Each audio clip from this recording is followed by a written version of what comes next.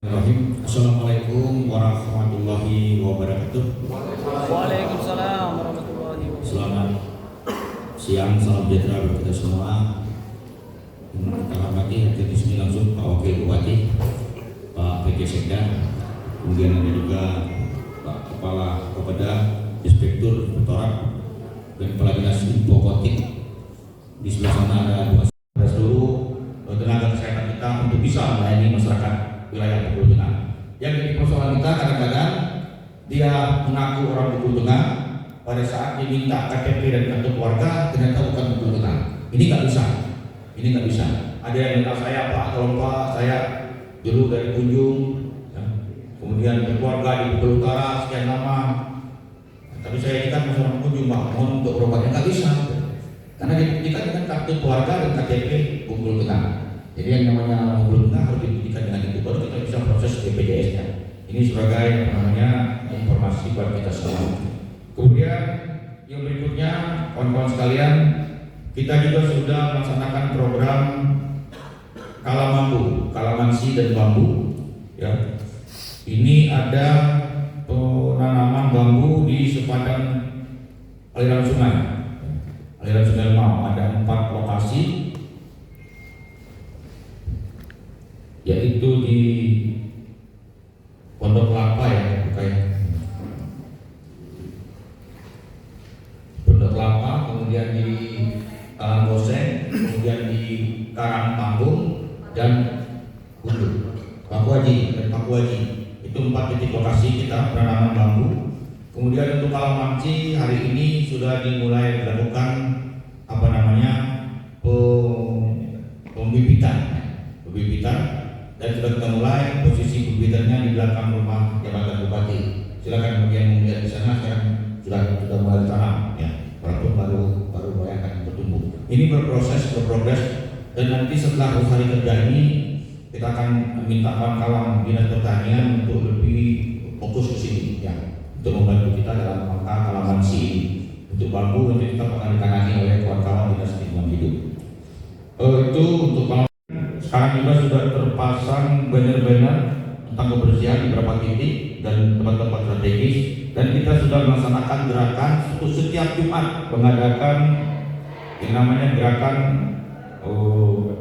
Jumat bersih, gotong royong kebersihan di lingkungan masing-masing, dan kita harap gerakan kebersihan ini akan menular ke seluruh masyarakat kita. Kami dari pemerintah daerah, seluruh OPD hari ini memberikan tauladan, memberikan contoh, dan kita berharap nanti ini akan berimbas kepada seluruh masyarakat kita untuk sama-sama menjaga kebersihan lingkungannya masing-masing. Dan ini sudah berjalan. Kemudian kita juga sudah menerbitkan surat edaran tentang pengurangan sampah ke instansi pemerintah dan lembaga pendidikan formal dan melakukan sosialisasi secara langsung tentang sampah ini. Kami mohon bantuan dari kawan-kawan insan pers ya, insan media. Salah satu persoalan kita hari ini, sampah ini dibuang entah oleh siapa, oknum masyarakat kita, mohon maaf saya katakan demikian, dibuang secara sembarangan di tempat-tempat yang bukan tempat pembuangan sampah. Dan ini sebenarnya kita sudah beberapa upaya. Ada yang namanya pengintaian oleh kawan-kawan kebersihan, ada juga dan lain-lain dilakukan. Ada juga kita memasang ya, CCTV dan sebagainya, tapi kita tetap juga karena pelakunya ini jam-jam yang memang jam-jam kritis gitu. Ya kalau jam 2 malam, jam 3 malam, siapa yang akan menunggu? Nah ini persoalan kita. Jadi mohon kawan-kawan bisa untuk nanti ini jadi gerakan kita bersama. Kami minta kita sama-sama untuk bisa memviralkan supaya jangan sampah ini berserakan di mana-mana. Kita siapkan berapa titik sampah yang kita siapkan berapa tempat titik sampah, pembuangan sampah yang hari ini belum maksimal digunakan. Karena kadang-kadang dia lewat mau ke kantor buang sampah, buangnya di kadang-kadang sampai Perda, kadang-kadang di sebelah rumah jabatan ini. Itu merusak sekali, dan kami mengimbau untuk masyarakat kita seperti itu tidak lagi melakukannya. Command Center ya, ini sudah terbangunnya, ya, sudah berdirinya Command Center di sebelah rumah jabatan bupati. Silakan kawan-kawan cek di situ. Sekarang sudah ada tulisan Command Center dan dalamnya sudah dilengkapi dengan berbagai peralatan. Walaupun memang secara teknis ini belum bisa full karena kita masih mempersiapkan sumber daya manusia sekaligus mempersiapkan alat-alat yang lebih canggih lagi. Yang ada sekarang kita baru mengalihkan alat-alat yang ada di dinas infokotik ke situ. Harapan kita ke depan nanti punya ada alat-alat canggih yang kita gunakan sehingga bisa menghandle semua pendataan yang ada di Google Tengah ini. Jadi kita akan terjadi satu data. Pada saat kita masuk ke situ, semua Indonesia masuk ke Google Tengah ini akan terlihat di command center itu. Kemudian yaitu SN berdomisili, berkarya dan mandiri. Hari ini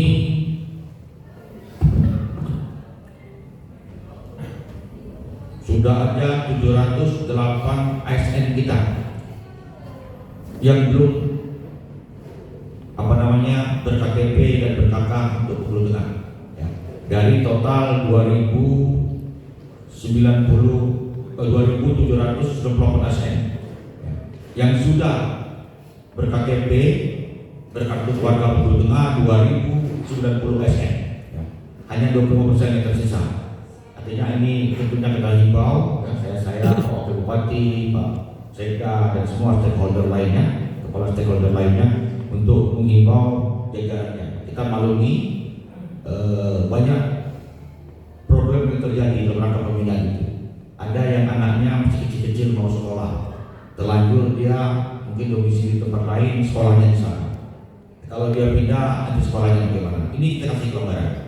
Ya, artinya kita silakan untuk dia membuat pernyataan, kemudian nanti dia akan pada waktunya memang sudah siap pindah, ya silakan pindah. Kita masih memaklumi karena memang ini baru sebagai gerakan awal kita, ini cukup berhasil untuk kami. Karena sudah 75% hari ini penduduk Bengkulu Tengah yang mata pencariannya adalah ASN itu sudah berKTP dan berkartu keluarga Bengkulu Tengah. Jadi ada 2.090 orang ASN yang sampai kemarin itu sudah berdomisili, berkartu keluarga dan berKTP Bengkulu Tengah. Sisanya insya Allah akan segera menyusul. Mohon bantuan kawan-kawan wartawan dan pers untuk terus mendorong supaya ASN ini bisa pindah berdomisili di Bengkulu Tengah. Kemudian kita akan tetap mengecek semua prasarana, baik itu prasarana infrastruktur, kemudian prasarana pendidikan, termasuk prasarana kesehatan. Ini akan rutin kami lakukan. Dalam masa dan kami ini, saya bersama-sama dengan Wabuk atau bergiliran dengan Wabuk untuk selalu mengecek itu. Kita baca-baca di media-media itu melakukan dengan rutinitas dan sudah menjadi semacam brand kami berdua untuk selalu hadir dalam satu minggu itu minimal 1 hari untuk mengecek daripada semua fasilitas yang kami miliki, baik di sektor pendidikan, sektor infrastruktur maupun di sektor kesehatan. Ini sudah berjalan juga dan itu kami laporkan ke kawan-kawan media setelah kami selesai melakukan tinjauan lapangan itu. Sekira itu yang bisa saya sampaikan. Mungkin dari Pak Oce gerakan cinta batik Sungai Lemau ini juga sudah kita laksanakan. Kita sudah mengeluarkan edaran untuk seluruh ASN pada hari Kamis itu menggunakan batik Sungai Lemau. Batik Sungai Lemau ini sedang berproses untuk hak paten kita. Ya. Hari ini sedang berproses diajukan ke instansi terkait supaya nanti mendapat hak paten dari pemiliknya dari kita.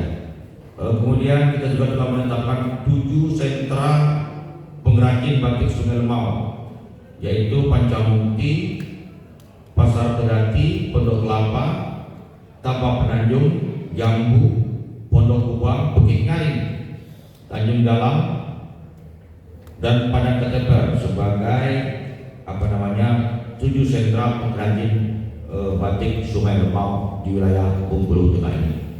Kawan-kawan sekalian, itu 12 program kita yang sembako untuk korban banjir ya, dan masyarakat miskin, penyandang disabilitas, anak telantar hingga sampai bulan Mei 2025. Mari kita kena banjir di Tapak Penanjung ya, di Duhati, yaitu kita kasih bantuan sebanyak 500 paket sembako.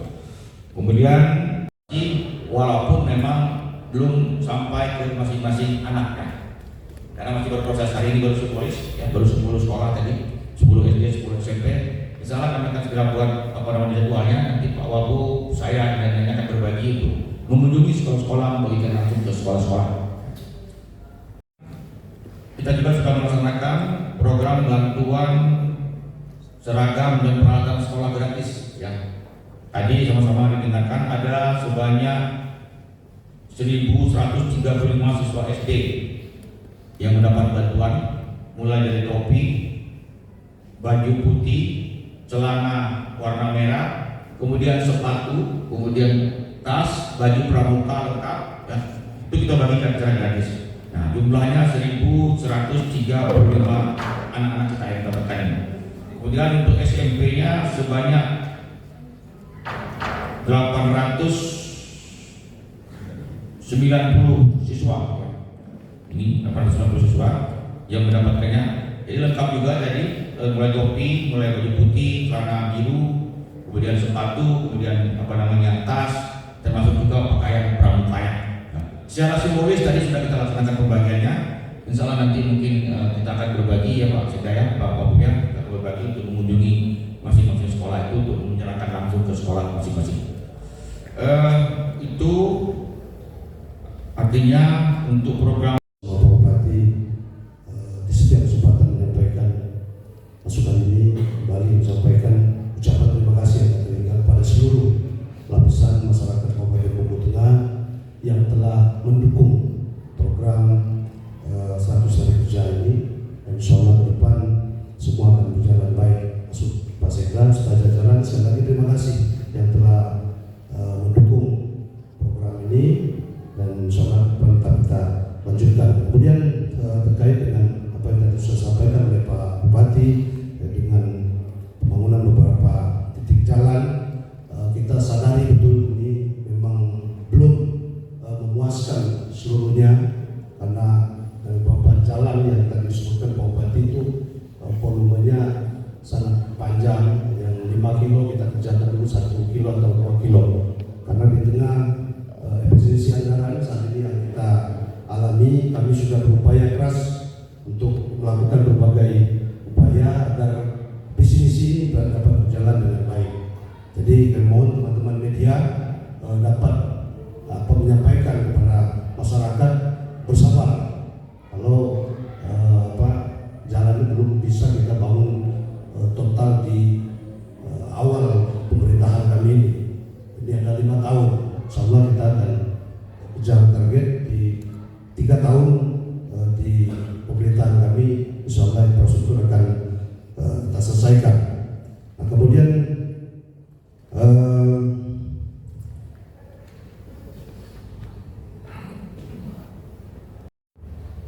BPJS yang tadi juga disampaikan oleh Pak Bupati, memohon Pak Sekda, Kepala Dinas Kesehatan, Kepala Dinas Sosial untuk juga memantau pelayanan di NPP.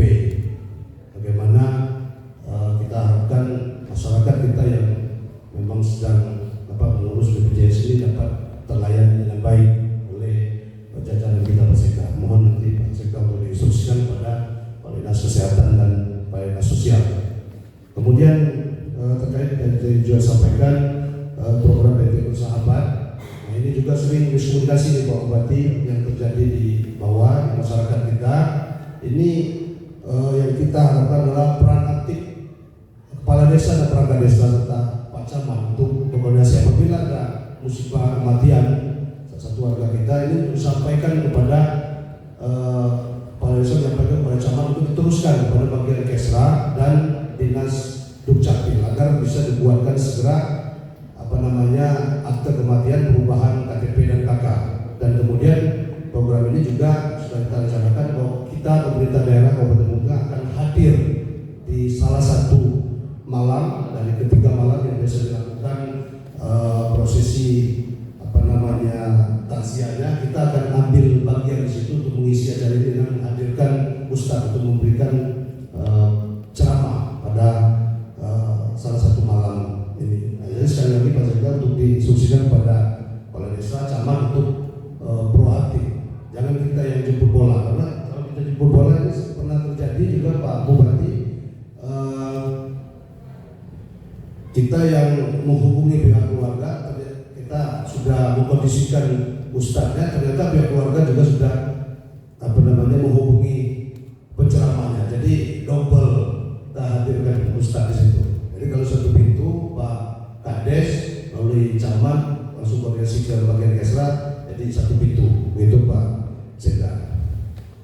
Dan ini program sangat bagus, saya kira tidak perlu diprotes lah ya.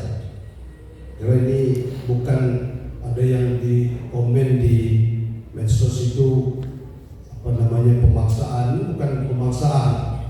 Ini programnya bupati, pemerintah daerah sebagai himbauan kepada seluruh ASN. Tujuannya apa itu sudah jelas. Kalau masih ada juga yang memperdebatkan ini, silakan kita siap berdiskusi langsung. Gak usah kita debat di medsos, dan kita bisa datang langsung ke kantor bupati, kita siap menerima dan menjelaskan. Ini kita tukar pendapat, terbuka. Beberapa laporan Pak Bupati dari masyarakat, masih ada saja disiplin dan jam kerja perangkat desa kita Pak Bupati. Masyarakat kita belum mendapatkan pelayanan yang sangat memuaskan dari kepala desa dan perangkat desa. Untuk itu tadi Pak Bupati sampaikan di dalam berbincang-bincang, Pak Bupati akan membuatkan pergub terkait dengan disiplin dan jam kerja perangkat desa. Itu kita harapkan agar pelayanan bermasyarakat lebih bisa optimal. Nah kemudian pada juga teman-teman ASN, ini saya langsung beritahu oleh Pak Bupati ini untuk memantau kinerja teman-teman ASN sekalian, dan jangan jangan heran nanti ketika kami melakukan evaluasi terhadap kinerja teman-teman ASN sekalian. Saya kira itu yang dapat saya sampaikan. Terima kasih Pak Bupati. Assalamualaikum warahmatullahi wabarakatuh. Dua hal yang saya perlu tambahkan. Pertama terkait dengan program 100 hari kerja Pak Bupati dan Pak Wakil Bupati ini bukan hanya sebatas 100 hari, artinya tetap berkelanjutan. Kami dari seluruh OPD tetap untuk melaksanakan program-program yang sudah menjadi prioritas sesuai dengan visi dan misi Pak Bupati dan Pak Wakil Bupati. Nah, ada dua hal yang perlu penambahan.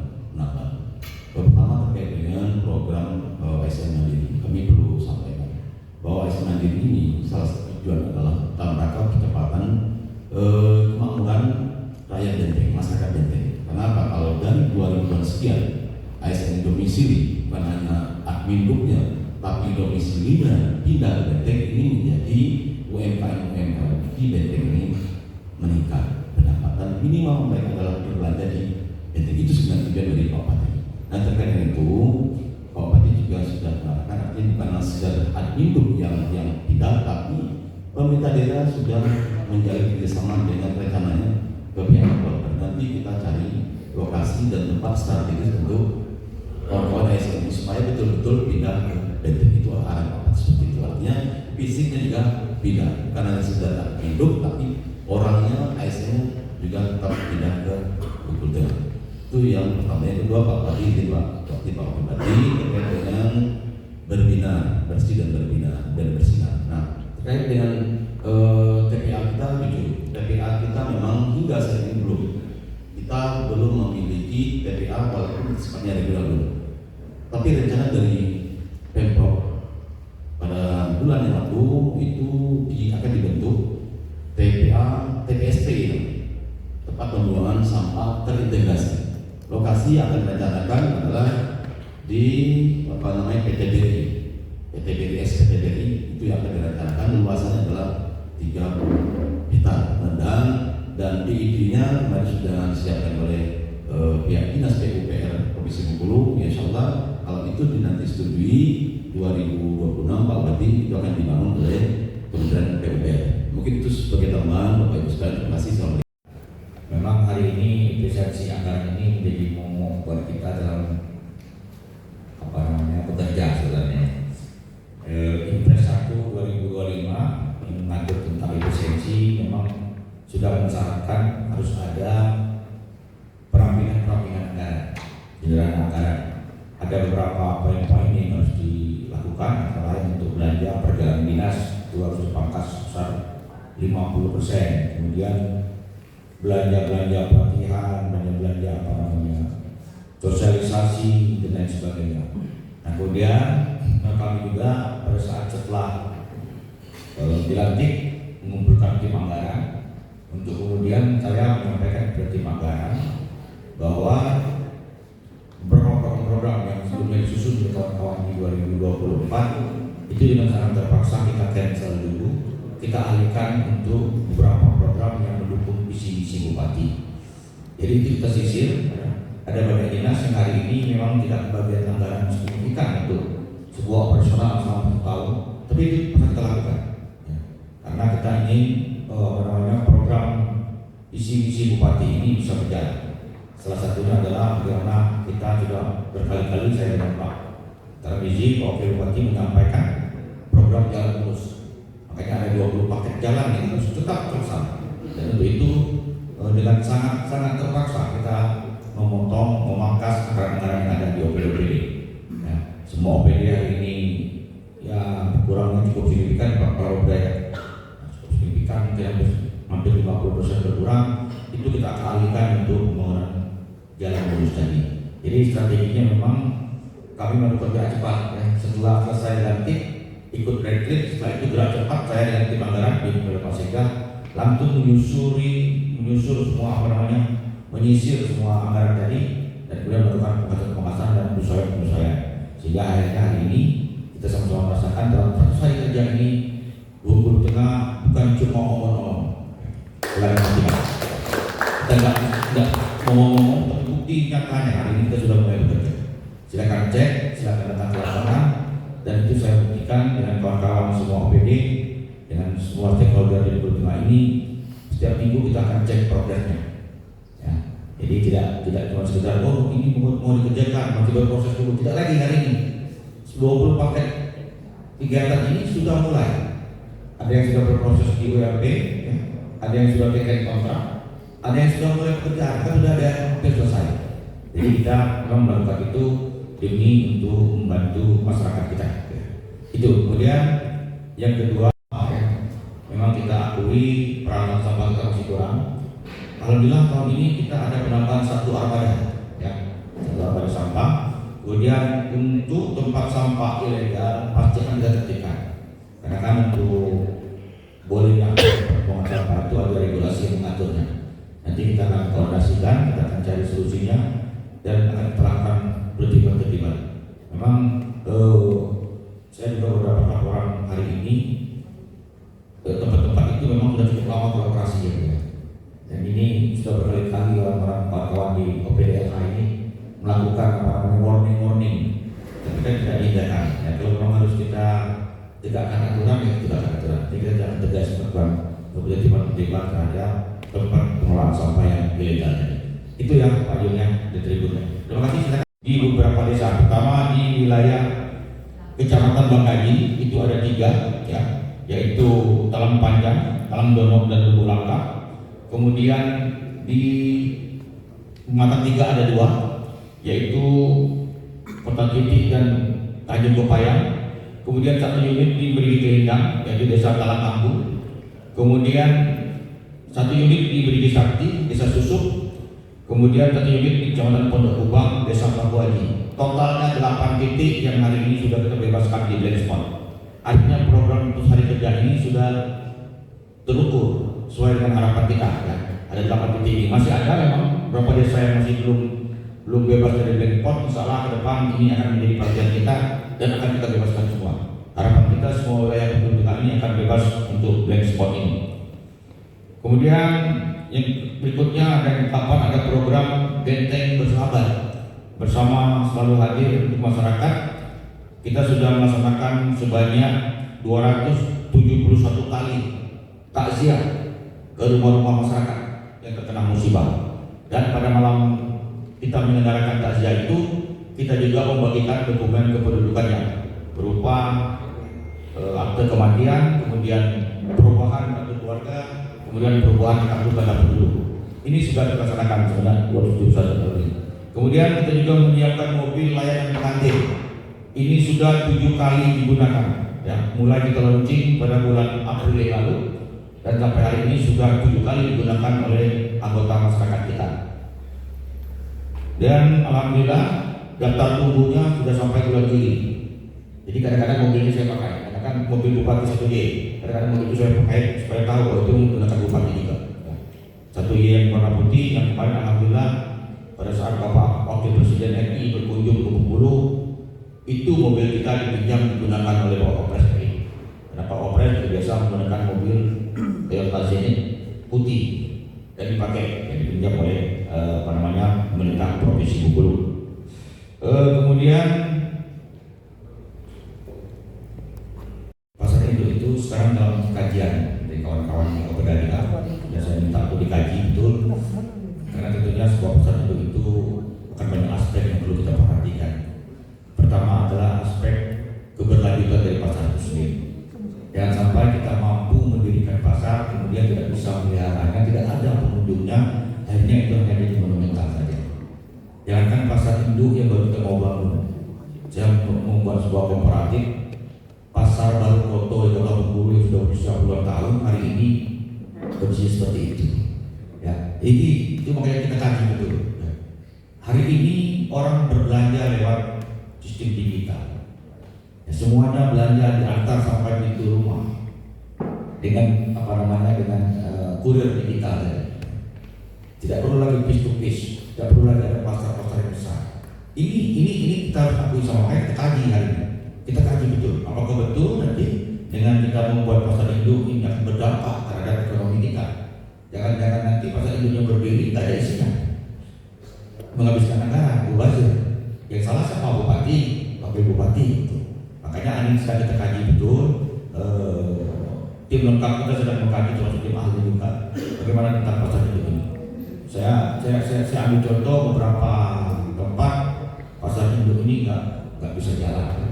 Apalagi hari ini, mohon maaf kawan-kawan sekalian, hasil bumi kita ini sebagian besar, terutama untuk sayur mayur itu berasal dari kabupaten lain, ya, daripada tetangga kita. Yang hasil kita betul kan bisa kita lihat hari ini apa saja. Makanya kita hari ini hanya fokus ke ketahanan pangan. Kita fokus untuk meningkatkan gabah kering kita. Kita fokus meningkatkan hasil persawahan kita. Itu yang hari ini kita putuskan. Nah, itu yang dibutuhkan masyarakat hari ini. Jadi insya Allah untuk pasar induk mohon bersabar, ini akan kita kaji sebaik mungkin. Kita tidak ingin buru-buru untuk memutuskan membangun sebuah pasar induk. Tapi kalau memang nanti kajian dari tim ahli kita mengharuskan kita rekomendasinya buat pasar induk, insya Allah kami keluarga Pak Tarmizi akan mencari cara untuk bisa mendirikan pasar induk di kabupaten yang kita cintai ini. Tim satu. Kemudian yang kedua, gratis. Kita sudah menambah kuota untuk BPJS kita sebanyak 20.000 dengan nilai sebesar 9 miliar 72 rupiah ya, 2 juta rupiah ya. Nah ini kuota ini ya sampai Mei 2025 kuota yang terpakai sebanyak 18.492 jiwa, masih tersisa 1.508 kota lagi. Kami himbau untuk masyarakat Bengkulu Tengah semuanya untuk bisa menggunakan kota ini. Kita sudah bayar, kasihan. Sayang pemerintah daerah, uangnya sudah kita bayar BPJS, ya. Dan masyarakat belum memanfaatkannya, belum menggunakannya.